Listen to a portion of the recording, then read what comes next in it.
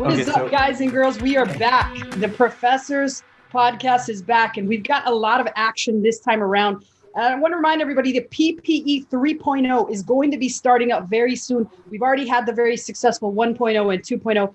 And without further ado, we're going to jump into what we're going to talk about in PPE 3.0. And we have our very first guest. Now, remember, stay tuned till the end of this actual podcast to get more details about PPE 3.0 and how you can actually sign up for that. And as always, there are a ton of testimonials on the page of people that ranting and raving about the event. But this time is going to be even better. And I'll tell you why.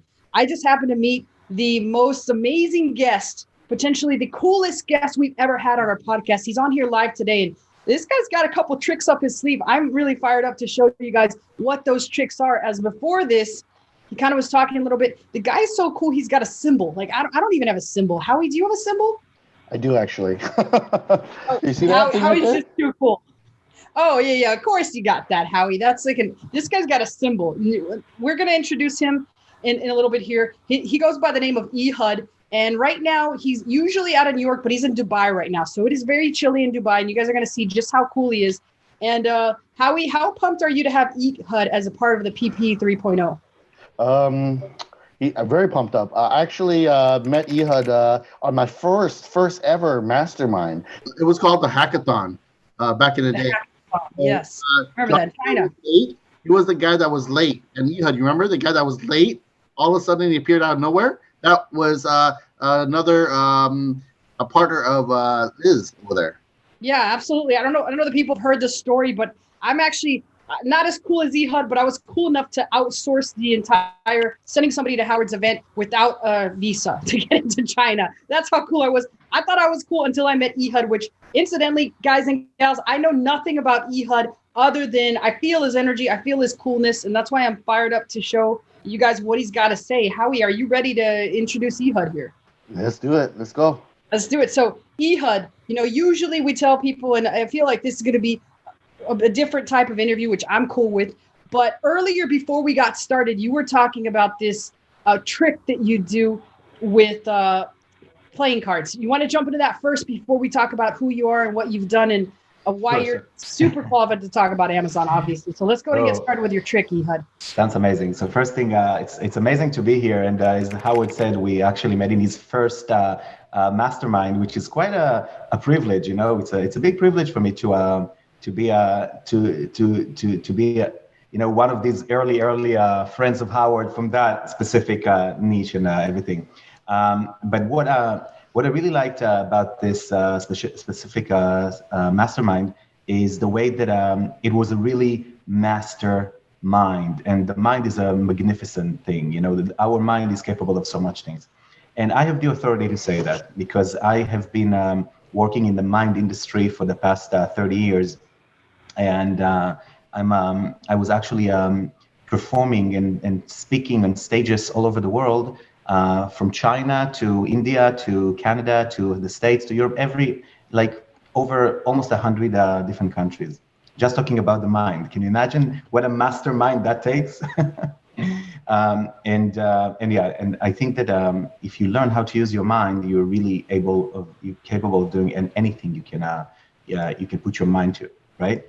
I just wanted to play a little bit before we started, but then you said, okay, let's start recording it. But I just literally asked you guys to think of like a random playing card. I wanted to test to see how your mind thinks and works. And Howard, it was an immediate guess. I looked into his eyes. I immediately said, Howard, stop thinking of the ace of spades because that's not how it works. And Howard, just show us your facial reaction when I said that. That was like really pretty. I said that's exactly the card I was thinking about. I'm such a. He's so readable. He's very readable. Everyone could read me, because I'm very open and honest and transparent. Ehud, please remind me the next time we all get together that we definitely make sure Howie has plenty of money in his pocket and we play poker with him. Absolutely. The easiest money we ever make. But let me try with you. Now, here's the thing. I have some playing cards here, and it might not work because actually this is not a full deck. I sometimes I eat some of the cards and throw them away, but we might want to try, even though it's not a full deck. I want to try something with you. So Liz, I want you to think of a completely random card. Okay, just like literally a random card. So okay. I want to really test it. So this is really the closest thing to like reading someone's mind or understanding how they think, and it might not work because it's very hard to do it over the television, but hold your two hands like this for me for a second, and just imagine that one hand has the word yes on it, the other one has the word no on it, so we can literally see that. And you're going to answer my question just by looking at one of these hands, whether it's a yes or no. Now, here's the thing, Liz, I have no idea what you have. Either hand can be yes or no, you chose it. So it's not like I can look at where you're looking and know what you're thinking. No, it's just for me to read you. And we'll try. So think about this card, and I want you to answer the following question just by looking at the answer, okay? Is this a red card? Just look at the hand that has the answer on it, whether it's a yes or, okay, great. Look at me and think if it's a picture card, like Jack, Queen, King, all those, is that a picture card? Okay, good. So look back at me. I don't know, you're kind of hard to read, but I have a feeling, okay, is that an even number that you're thinking of? Okay, that's really interesting. You had a little bit of a stop. You were pausing for just a half a second. You had to think about it. So let me ask you a different question. Is that a high number, like a high number? Okay, so you're looking at that picture over there. So I have to ask you a question now because it's very hard to read you. It really is. I'm telling you, you have these like mini pauses. I told you not to think of like. The Queen of Hearts. Everybody thinks of the Queen of Hearts, many times I tell people, but is it I think you were thinking of a similar card to the Queen of Hearts, right? It depends on what you mean by similar. It's similar in that it's a high card like that. Yeah, I can. That's what I was thinking of. So it's like, because I could really see it. It's very hard to tell, but, and I'll tell you why I'm thinking of it. I'm thinking, I don't have all the cards here, but I do think if I'm getting it right, I wish I had more cards. I wish I had more cards in my hand.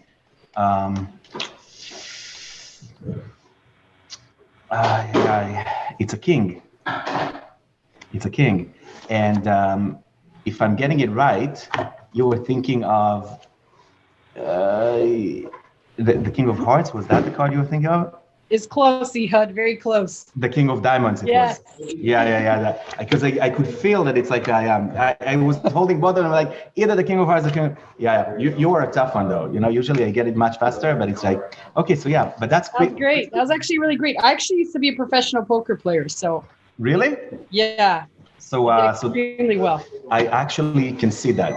Believe it or not, I told you that it's very hard to read you, and that usually relates to people who are good at playing poker because their tails are very light. You're not showing, someone who never played poker or is not like a professional poker player immediately gives me all these like hints and tells just by looking at the card. I can look at his eyes and tell him what card he's thinking of. So yeah, that was very impressive. I mean, you guessed it was the second one that you guessed, and I mean, it was just a matter of either hearts or diamonds. I think getting the fact that it's like a red king. It's really, pretty good. So that's very cool. I'm going to have to practice that and amaze my friends with that because that was pretty amazing. Howie, what did you think of that? He guessed you on the very first card, Howie. What does that tell you about this guy's mind?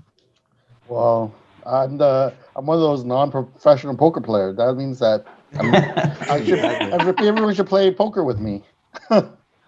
I mean, we got to take our money. We got to play poker with Howie, without a doubt. Guys and girls, if you ever attended live in-person mastermind, please bring your money. Get Howie some Don Julio, and you're well on your way to pretty much almost paying for your entire event by getting Howie at the poker table. And guys, you know what? This is all coming together. Now, this is not like some kind of a interview when people are actually asking me or introducing me the right way. This is a very friendly thing because me and Howard are friends for I think it's like a couple of years by now. Is that true, Howard? Is that a couple of years? 1, 2, 3 years now almost. I think it was like April of 2014, my first mastermind in Shenzhen, China. I think that's it. Wow. So here's the thing. So usually when people are like, introducing me, they tell who I am and they give a little bit brief about my history. But we came up to talk about this power of the mind, and I said I am the authority to talk about it, but I didn't even think that wait, one of the ways that I became such a big authority in this realm is because of Amazon.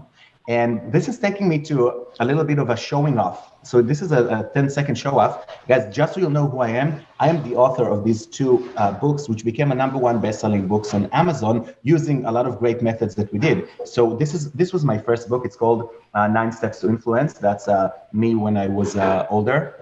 I'm just kidding. That's like a picture of me. But this was my first book that I'm literally, I teach how to influence people's minds. And this book is called Secrets of the Voice. And my books were translated to a few languages, German, Russian, different languages like this. And it's quite amazing to see. This was my first journey into Amazon 10 years ago. So when I started selling on Amazon, I literally started by selling books. You always think about it, how Amazon started with books, and nobody even thought about selling physical products over there. But when Amazon were already big and stuff, I was just starting my way by selling my books and making a few $1,000s every month. And I was like blown away. I'm like, wow, this Amazon thing actually works.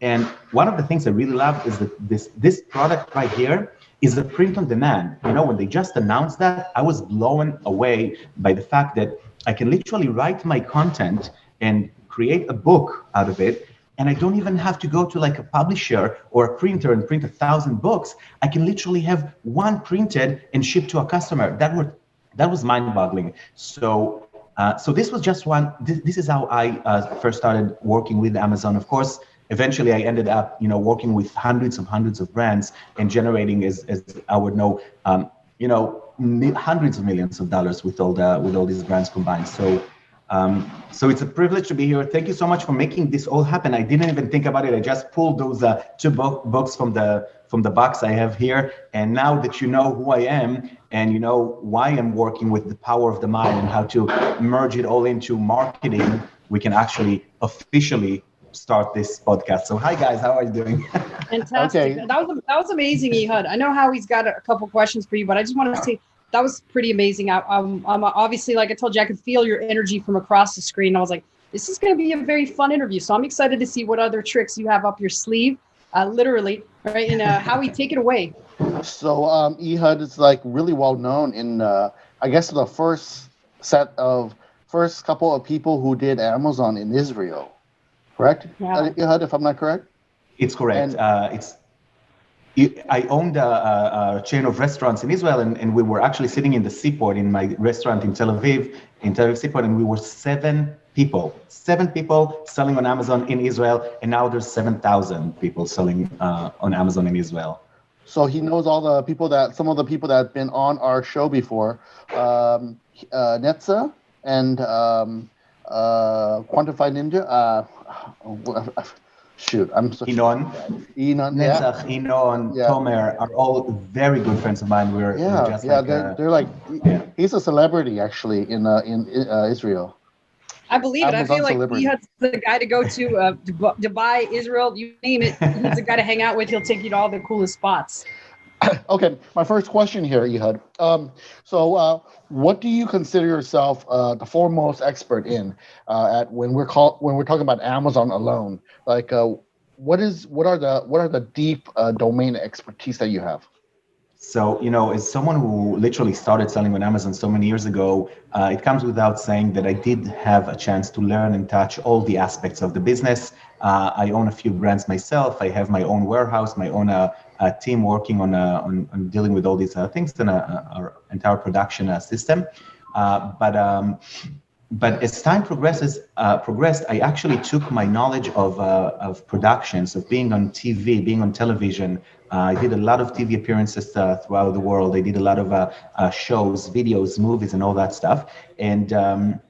And then I just started, once Amazon allowed people to actually put videos on their product listing, which happened probably 6 years ago, if I'm not mistaken, and they realized that the world is moving to video, I said, okay, that's a great chance for me to take all my experience, to take all my knowledge and bring it into the marketing field. And that's when I actually started creating videos for product listings on Amazon. And I was blown away by the fact that, hey, this is unlike any other marketing video out there. This is not like a commercial that you put on television. This is not like a video that you see in the theaters before you see a movie and you see some kind of it's so different by essence, because here you're actually showing a video which is a thumbnail sized video, and you're showing it inside a product listing where people can literally click on that video and a second later buy this product, add it to their cart, and check out. So I was blown away by the fact that it's so different than any other source of video that you can produce out there. And I've learned so much from that. And I became, that's when I became like really big in Israel back then, because we had our studios in Israel.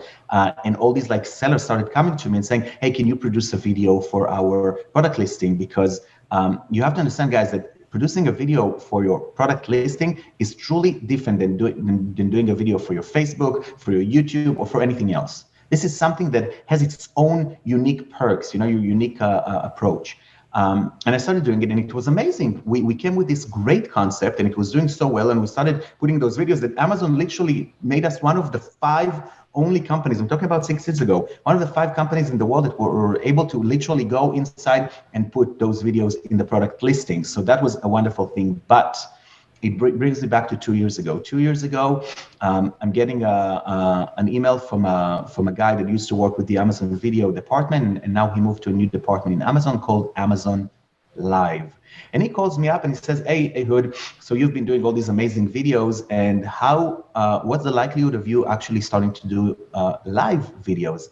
And I'm like, well, that's very challenging, because we have everything we need to create, amazing videos. We have the studios, we have the actors, we have the talents. But to do a live broadcast, you have to really create a studio that has the abilities to, have multi-cameras, online switching, live switching of cameras and special layers and all that stuff, and adding all these videos in. I said, I'm in for the challenge, but I want to come talk to you, see exactly what we're doing, because I have some kind of request to do that. So here I find myself flying to America from Israel and meeting with the Amazon Live team and talking to them and telling them, okay, guys, so here's what we want. So you started launching this platform. Nobody knows about it. It's brand new. You're just offering it to like big brands, because those are the only ones who can actually afford doing like live streams.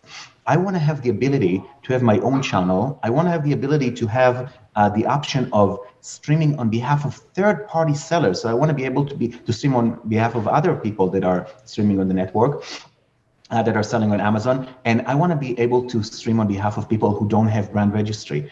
And if you say yes, I'm going to go back to Israel, invest $100,000 in all the equipment I need in order to make this happen. And they said yes. And there you go, Howard. I became the first channel to stream on the Amazon Live platform.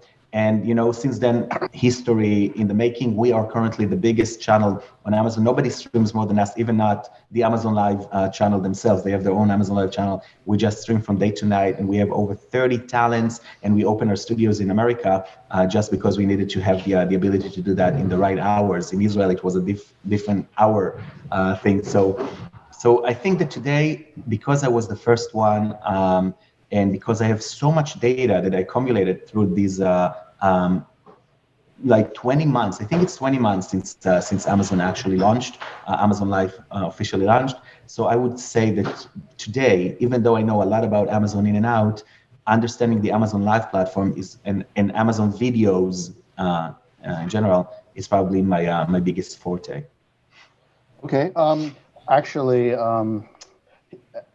Ehud has a lot of other talents that he hasn't really said it too much about, but I'll kind of talk about it a little later. But Ehud, I have another question here. So how do you think outside the box compared to your other experts out there in your field?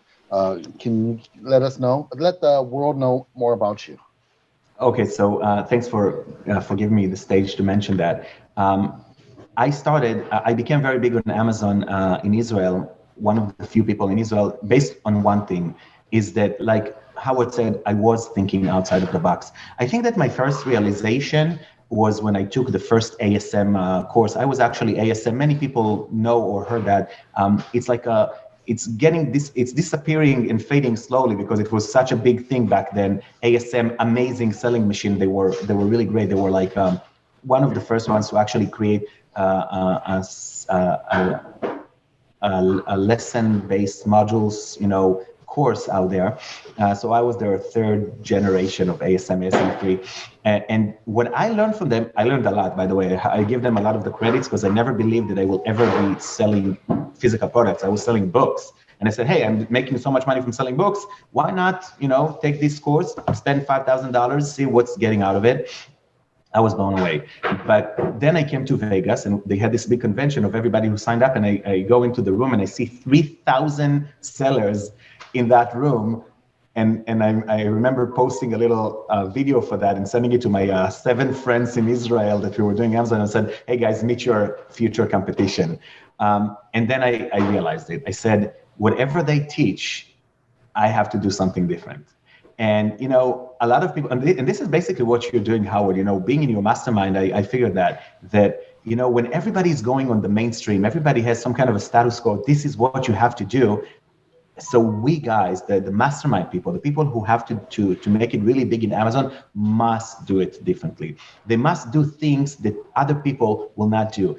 But they also have to keep, certain rules and guidelines in order to succeed. You can't just take a random product that is not selling and has 1 million BSR, nobody's looking at it and you can make it into magic, even though those things did happen in the past with the right ways and methods. But really learning what they teach the masses, and where they say stop, that's where we start. Okay, so here's the concept again, where everybody is saying that's what you do, and this is how you should do it. But where they say stop here, this is where you actually go in. So let me give you an example so people will understand what I mean. So they were showing that model and they explained, okay, guys, so we need to find the winning products. The winning product must have this specific BSR, let's say, I don't know, between 10,000 to 50,000. And it has to be in that price range between this and that. And it cannot be in this specific category because it's too saturated.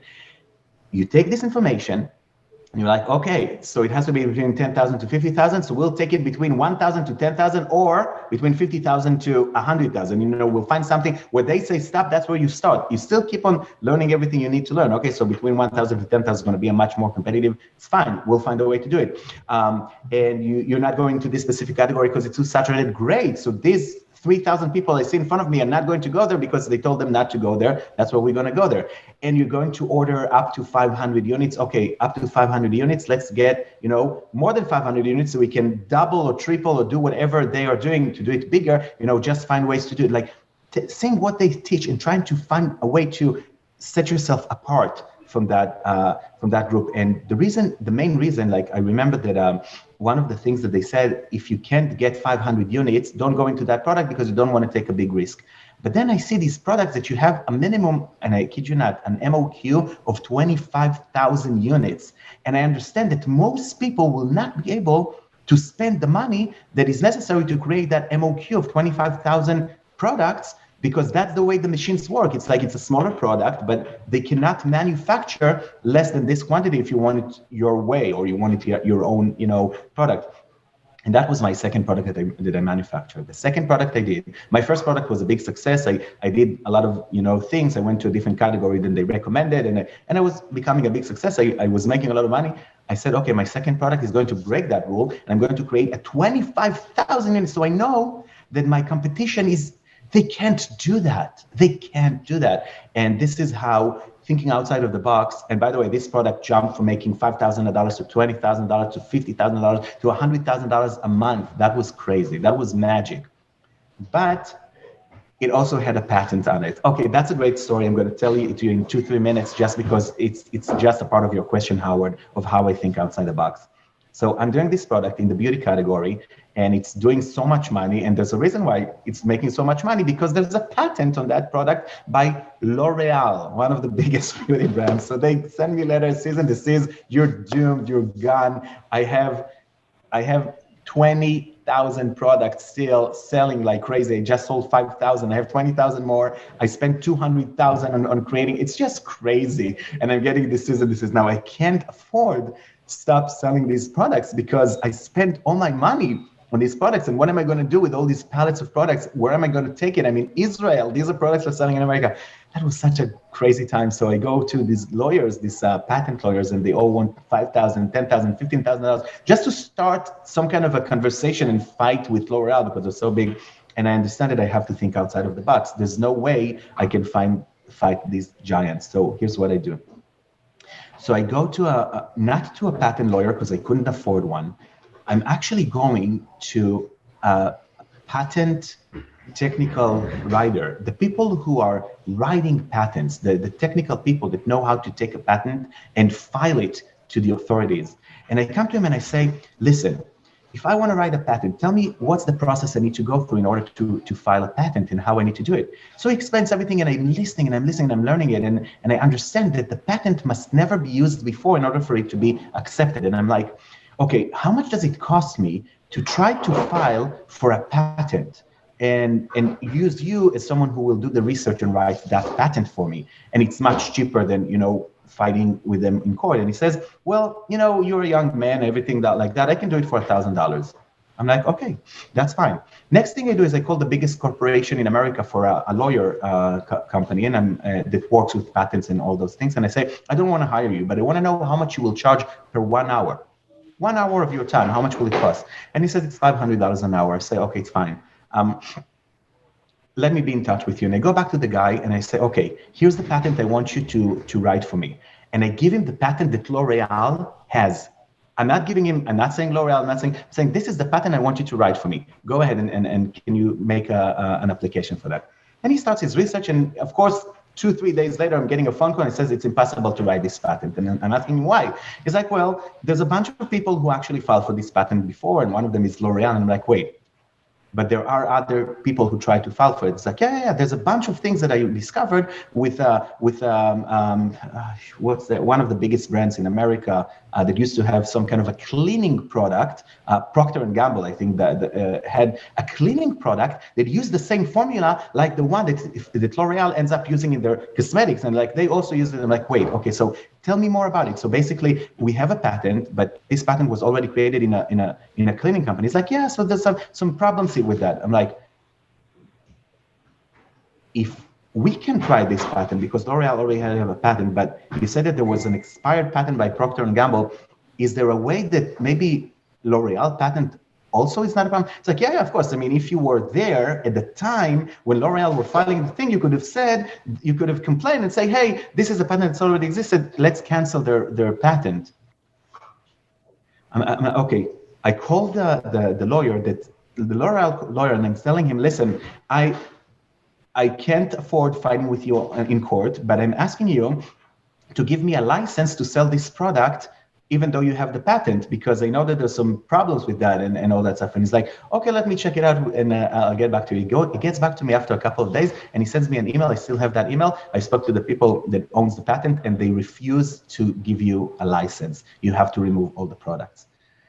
I'm like, what is going on? That doesn't make sense. So I call back my Israeli guy and I tell him, okay, I think we're going to have to file this patent to tell the U.S. patents that we want to file it, because not to file it, but to cancel their patent from 15 years ago because it was interfering with other patents and all that stuff. So it's like, are you sure? I'm like, yeah. They refused, and I actually double checked, and I said, are you sure, guys, that you don't want to give me license because I might do something about it? And they're like, no. They thought that I'm a tiny little person trying to sell, and they said no. And I said, okay, do it. And I paid him $1,000, and he went and he did all the research. He created an entire file of as if you want to file a new patent, and you see all these rejections. And then I take this entire file and I call this lawyer in New York and I say, you remember, you told me you're going to charge $500 per hour, and I couldn't afford more than that. I didn't want to start spending $5,000, $10,000, $15,000 like they wanted just to start this fight. And he said, yeah, I can give you a 1 hour consultation for $500. I said, I don't want a consultation. I want to pay you $500, and I want to send you a report, 70 pages report of why L'Oreal needs to get their patent completely removed. And I want you to call the lawyer that was sending me this letter and just read from a script that I'm going to write to you, literally. So, well, I'm not going to read from you. I'm not, just try, don't read from my script, but get the idea. And I'm sending him this text and I'm saying this. I have this customer. This is what I literally wrote to him. I have this customer in Israel, and he got this cease and desist letter from you, and he asked you for a license to do that and to pay you royalties for the product, 5% royalties. It's better for him than spending those thousands of dollars. But he said that you refused, and he came to me, and he just offered me to start this court fight with you, and he said that he's going to cancel your patent. And I see his report, and I think that he's got a case. And guys, just going on court and spending those thousands of dollars, I don't think it's worth it for you, because of that 5% royalties that you can make from this guy, the money that you're going to make or the money that you're going to lose from this fight. And he's got a point here. And I'm just telling it to you. I didn't tell him that I'm going to call you. I'm just telling it to you as a lawyer to lawyer. I'm literally writing this to him. And he says, and he gets it, and he's laughing, and he's saying, okay, let me do that. And then paying him $500 for that 1 hour call. After 1 hour, I'm getting a call from him, and he said, listen, I spoke to the lawyer, and tomorrow you're going to get a license agreement from L'Oreal. And this will happen. So literally, this is truly thinking outside of the box. Instead of going to court and fighting for $5,000, they literally said a big no. You have to remove all your products. I put a leverage on top of them. Instead of a lawyer, I went to a technical person that does his work. He did the research. He created a file as if we want to file a new report. We realized it's going to be impossible. L'Oreal sees this file, understands that, hey, we don't want to spend $10,000, $20,000 on lawyer fees when we can actually make the same money from royalties from this company selling this product. And I end up with a license to sell this product. That's it. Oh. That's pretty good. That shows it's a great story, Ehud. Yeah. Bobby, were you going to say something? I'm just like, this is impressive. Yeah, very good. There's a lot of impressive things that you said, and brings up a ton of questions for me. But the first one, and it's kind of a basic one, I have a lot of followers in the book niche, and most of them are Kindle Direct publishers and things of that nature. Knowing that you sold books, I'm not sure if you sent them into Amazon, sold them FBA, and or used the Kindle platform, but have you noticed a big difference in the algorithms with books versus FBA? Because a thing that I see among book marketers is that a lot of them aren't doing the typical things that FBA marketers are doing, which, as we know, FBA marketers are on an entirely different scale of, they just excel at everything. They've just gotten so good because a lot of them attend Howie's events. So they're naturally much smarter. But have you noticed any differences in the algorithm of ranking books versus ranking physical products?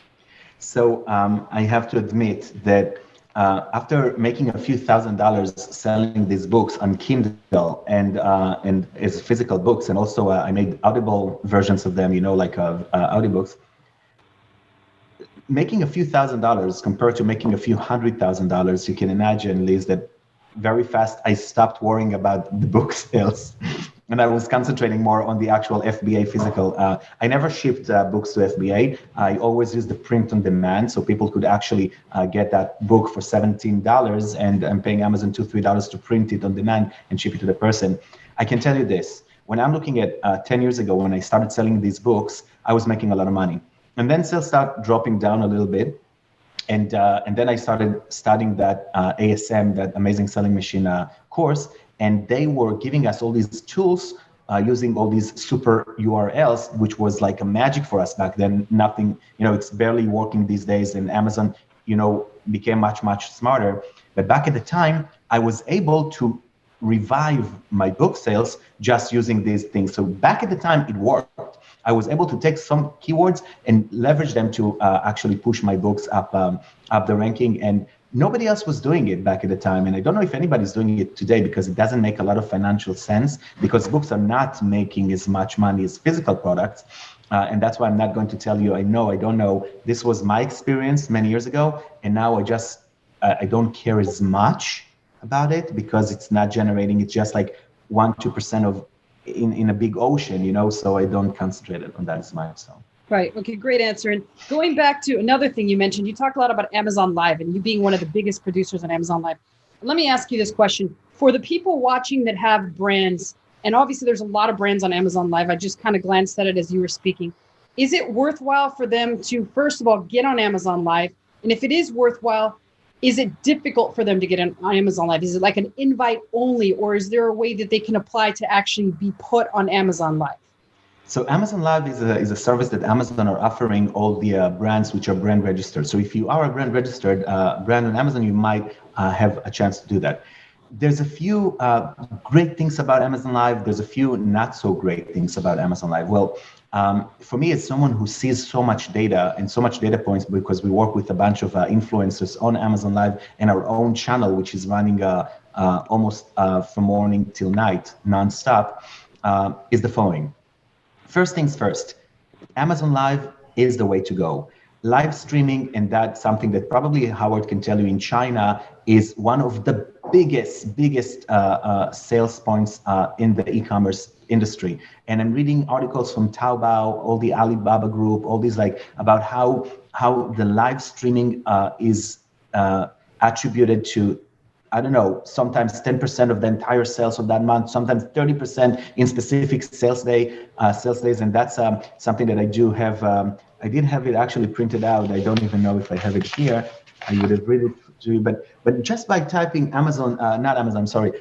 live streams China, live stream e-commerce, you'll read a lot of articles from Forbes, from CNBC, from the biggest newspapers and magazines that are telling how live streaming is going to take over the world and why. And the reason is very simple.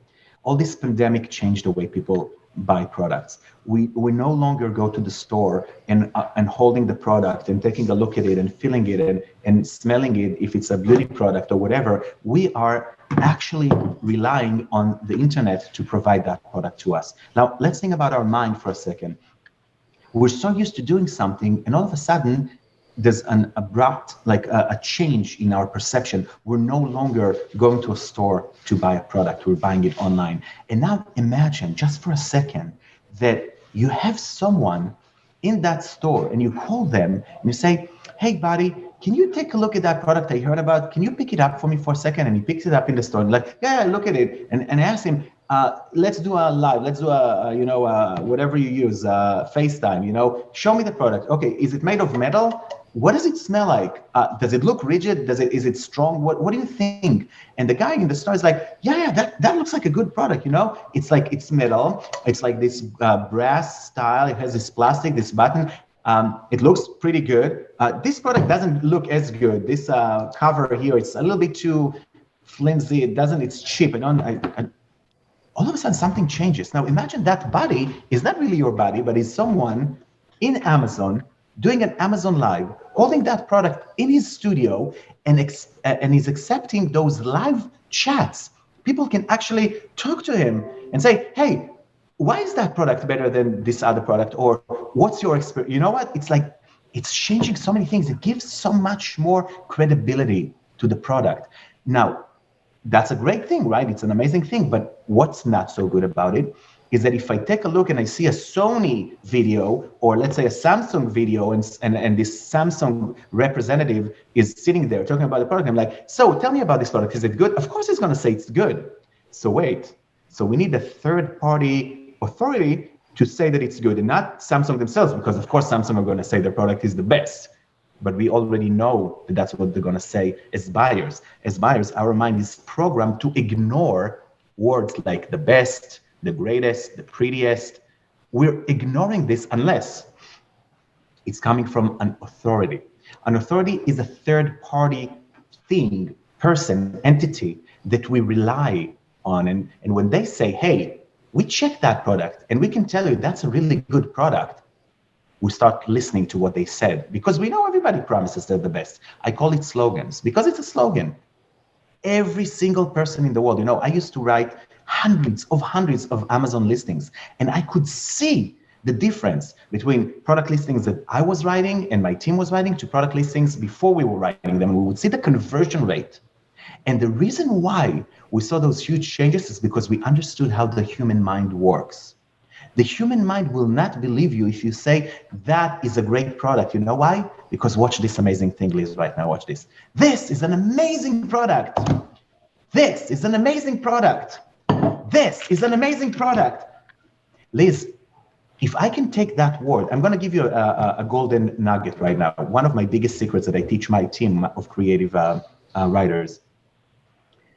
If you can take what you just wrote and attach it to every single product you see on the table, That's a slogan. Delete it immediately. Immediately.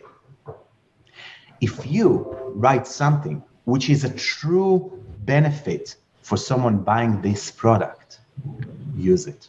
If I can say about this product that the liquid inside will stay hot for hours, but I cannot say that on this iPhone cover or on this supplement, I cannot, then I know that I have some kind of a true benefit that can really make an impact on the person's buying it. Of course, I can go on and on and on with everything that has to do with marketing, but this understanding of the way the human mind works really helps you understand why you need that third-party endorsement, why you want to have. So we are very, very lucky. Here's another little secret. Our channel is called Top Rated. And I remember facing them, when I'm talking to them in the meeting we had, and I say, well, our company is called Top Rated. Our videos should be called, by the way, we said our company is called Amazon Top Rated. Because what I did many, many years ago, before I got a letter from Amazon that I have to shut it off, was I bought the domain name AmazonTopRated.com.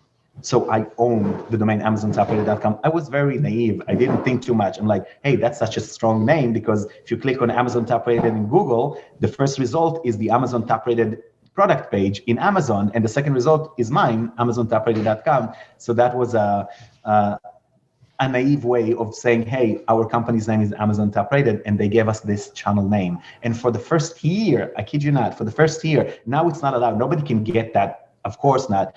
For the first year, our channel on Amazon Live was called Amazon Top Rated. Can you imagine that? But then after a year, we get a call and they're saying, okay, guys, we got a request from up there. You have to remove the word Amazon from your channel. And that's when our channel changed from Amazon Top Rated to simply Top Rated.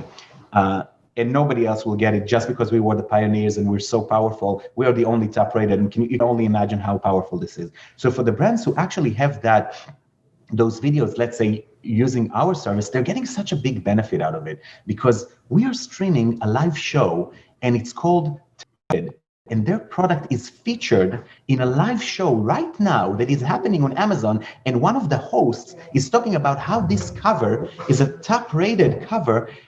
For the people at home, they don't really say, okay, that's a channel and that's like a third party. No, for them, Amazon are doing a live show right now about this specific product, and it's a live and it's a top rated product, and they can say it in our carousel, and it shows all these like top rated products, and you have that top rated logo keep on spinning there on the video, keeps on spinning.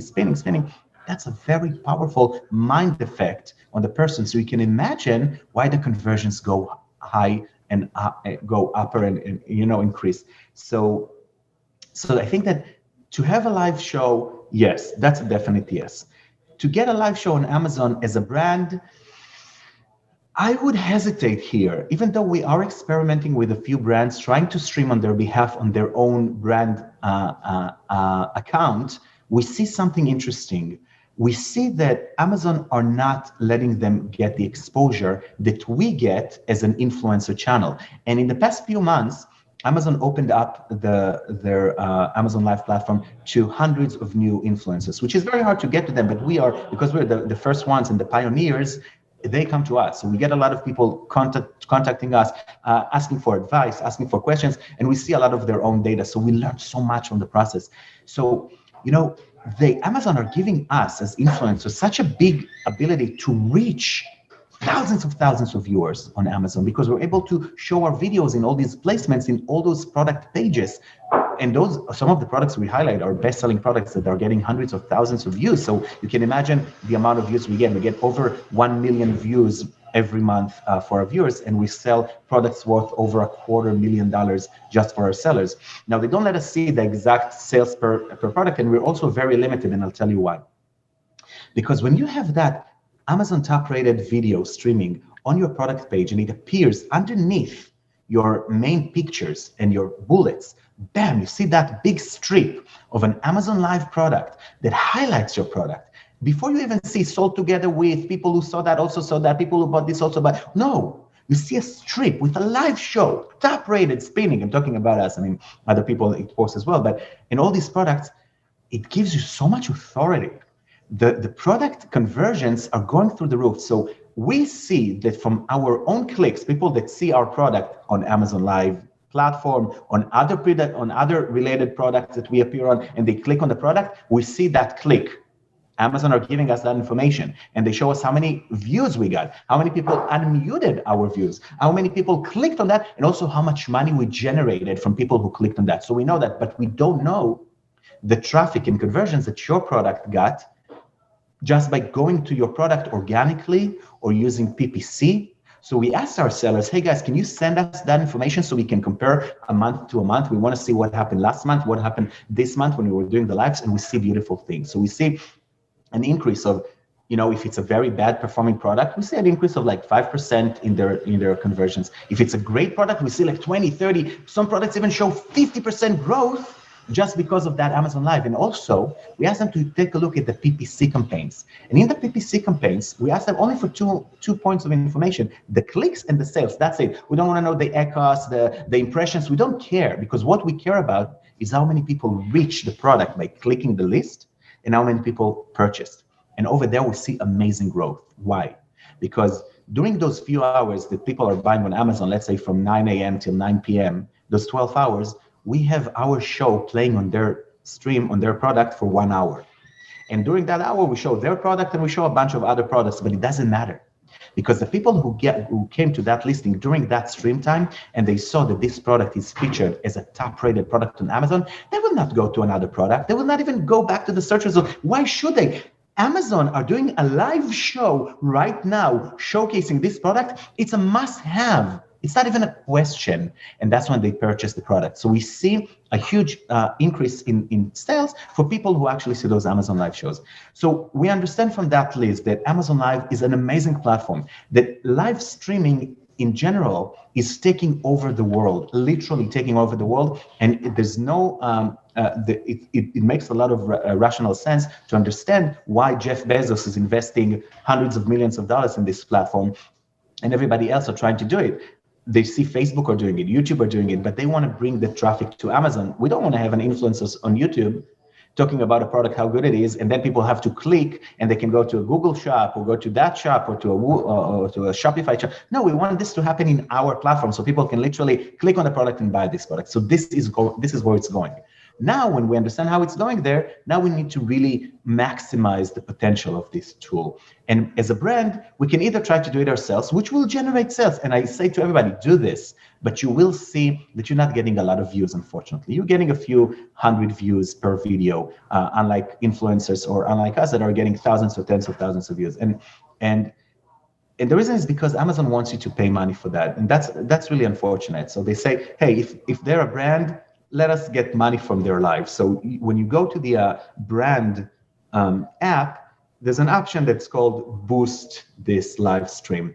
So, and that's the reason why they keep on not showing you to other people and keeping your reach very low, because they want you to pay money, which is not what happens with us influencers, which they want us to get the attention because they see that we generate so much money in sales. We generate so much money for them. So we make a lot of money. So we get the reach, and Amazon brands need to pay money to get that reach. And that money is not worth it eventually, because the minimum pay, if you have the Amazon Live app, and of course, I'm not even talking about having to have a studio with hundreds of thousands of dollars of camera equipment, studio, audio, special microphones, lights, and it's crazy. I can't even start talking about it. We have 3 studios here, so I can tell you that it's always better to have someone who's a professional doing it for you. When you go and you create a new show, and you have to create a thumbnail for that show, and once you create that thumbnail, you go and you're adding the products, and it's one product at a time. So you have to type in the product, search it, add it to the app. You have to schedule the show. You have to set it up that you can either use the phone to stream live, or you can connect it to an entire system, like we have an entire studio, and then you have the option to boost your stream. So you're not going to do it, you're going to do it once, twice. You see you're getting 100 views here, 100 views there. You see it's generating 1 sale or 2 sales, and you're like, okay, I want to do this. So you have to click the boost this live stream, and the minimum price for boosting a live stream is $100 for one, and it immediately shows you it's 200. You can go down to 100, but they started showing you like 200 recommended. a waste of money for now. I mean, for now, it might be amazing eventually, but for now, think about these people doing a show every day. They want to do a show every day, and they have to spend that $100 every day. That's like what, $500 for 5 days of streaming. And we, as a studio, we're trying to keep it at a minimum, because we're not making money from it. It's just like a service right now, because we want to grow and become like the biggest and the best for like the next few years as it explodes. So we're charging like $99 to stream every day for like a week. So you understand that it doesn't even make sense to do it yourself if you can use a professional company like us. But then again, for products who are not converting, don't even do it. Don't use us, don't use yours, don't do it, because you are wasting time, energy. If you're using actors, cameramen, all that stuff, you're just wasting their time. Why? Because a live stream will only happen live for the duration of that live. And if your product will not know how to convert those views into sales, then you just lost money. So if you have a good converting product and it's already converting, and you want to get more reach and get more people and make people understand that this product is the best and not just a slogan, because you can ask the person who is live on that video and tell them, hey, can you tell me about this product if it's that and that and that? And then there you have it. So this is it. Ehud, I'm gonna speed up and ask you some other questions here. Regarding what kind of problems, opportunities do you see Amazon sellers having in 2021? The issues that they're going to be facing? Problems and opportunities? So I never think about it too much. It's a great question. I mean, it's a really wonderful question. But I think that if I'm looking at Amazon and I'm seeing the things that are happening, then we know that Amazon are making it harder and harder for sellers to achieve certain goals. I think that one of the things that I see a lot lately with the people that I work with is a lot has to do with the warehousing, right, Howard? The problem with all these storage and warehousing and accepting pallets and shipments, and also the issues of delayed shipment acceptance for the warehouses and limiting you on how many products you can ship out and all that stuff.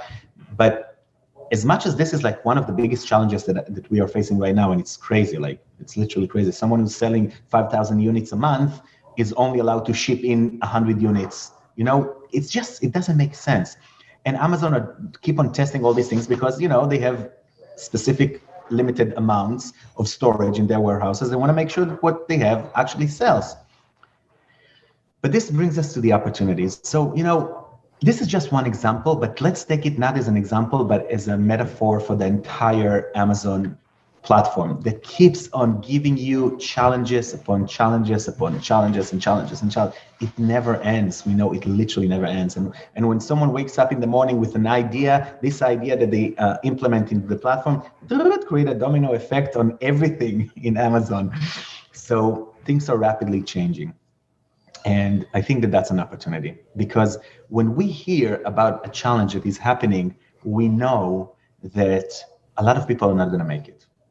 A lot of people are not going to make it. And that brings us back to the mentality of an entrepreneur, not even an Amazon seller, but an entrepreneur, someone who has a vision, who wants to succeed, who looks at it as a game, not as a work, not as a job that you come in the morning and you're trying to work and everybody say hustle, yeah, hustle, but hustle not because because you have to. Hustle because of the passion that runs in your blood. This is when you can really make a difference. This is when you can really grow and expand your business and leverage it into different heights, because you understand that, hey, this challenge is a growing pain.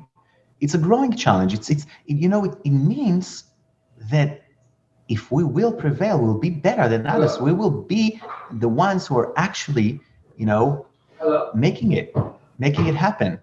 So this is the biggest thing for us to understand, that every time that something happens which is not good for us, let's take a look at it from a different angle and say, okay, how is this actually good for us? What can we do that other people will not do? And let's get back to the example. Okay, so here's an example. We have a problem with warehousing. Amazon are limiting us from shipping stuff to the warehouses. Hey, let's create our own warehouse. Now, not a lot of people can do that. Not a lot of people can get a 10,000 square feet warehouse in New Jersey or in Las Vegas or no. But hey, we have a mastermind. We're working with Howard. We know a lot of people in the mastermind. We have our in secret WeChat group chat. Let's get a few people that have the passion, that can think outside of the box and say, wait, so I have 10 pallets a month. This guy has 12 pallets. This guy has 5. Let's get 5 people, 10 people, 15 people in our mastermind group, and let's evaluate how much space we need for those 30, 40, 50 pallets. Wait, I spend $2,000 a month on storage. I pay $1,000. I pay $500. All of us together, it's like 10, 20, $30,000 a month. We can rent our own warehouse. We can pay $5,000 a month to a warehouse manager to be there, except think outside of the box. Say, hey, I don't want to rely on other people. I want to do something to grow my business and be able to scale it and not be like stuck somewhere. So I'm just giving you an example. I'm not telling everybody, hey guys, go open your own warehouse, but I'm showing you a concept. I'm showing you a methodology of thinking differently when something happens to you. This is not a problem. It's a challenge. Let's solve that challenge. Awesome. That's amazing answer you had. So last question I have for you is, obviously you have a tremendous amount of experience working with Amazon on several different of their platforms, but what 3 to 5 topics do you think you could speak about at this actual event that will wow people and really have them talking about it for the next couple months? So absolutely, I can talk a lot about video because this is what we're doing right now. I can talk about the Amazon Live platform or live streaming for sure. I can talk about the mindset, which is something that is, a never-ending thing, a mindset of a seller. That's obvious, but I think that there's I'll give 2 more topics, 1 or 2 more topics that I can come up, because I did do lectures about it before and people went crazy. And one of them is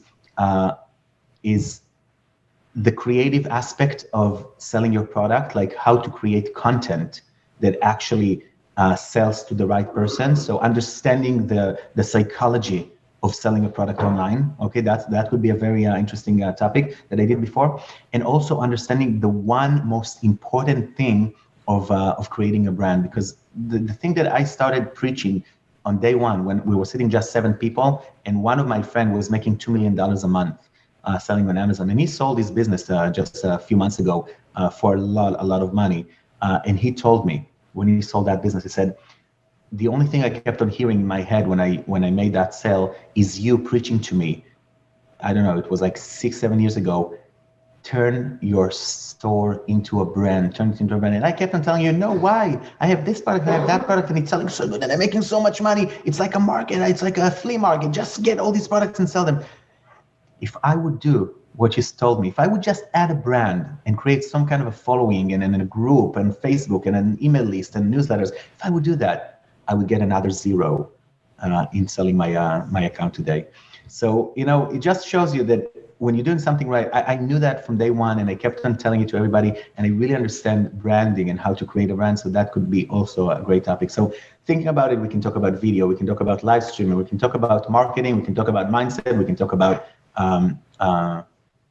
the brand or the one secret that will change your product from just being a product to being a brand.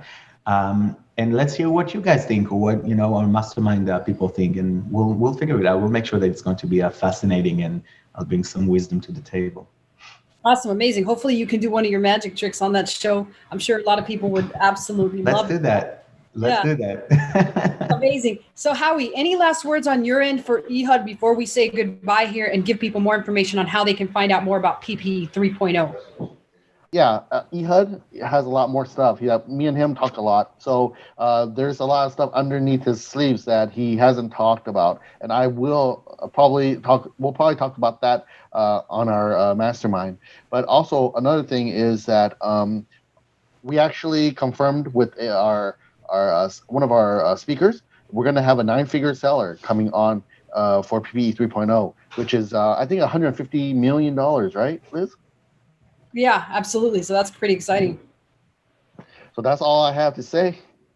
You guys know Howie's a man of few words until you get him with his best friend, Don Julio. So remember that when you're live, bring a bottle of Don Julio, get some shots out, and you will see the Hurricane Howie come out.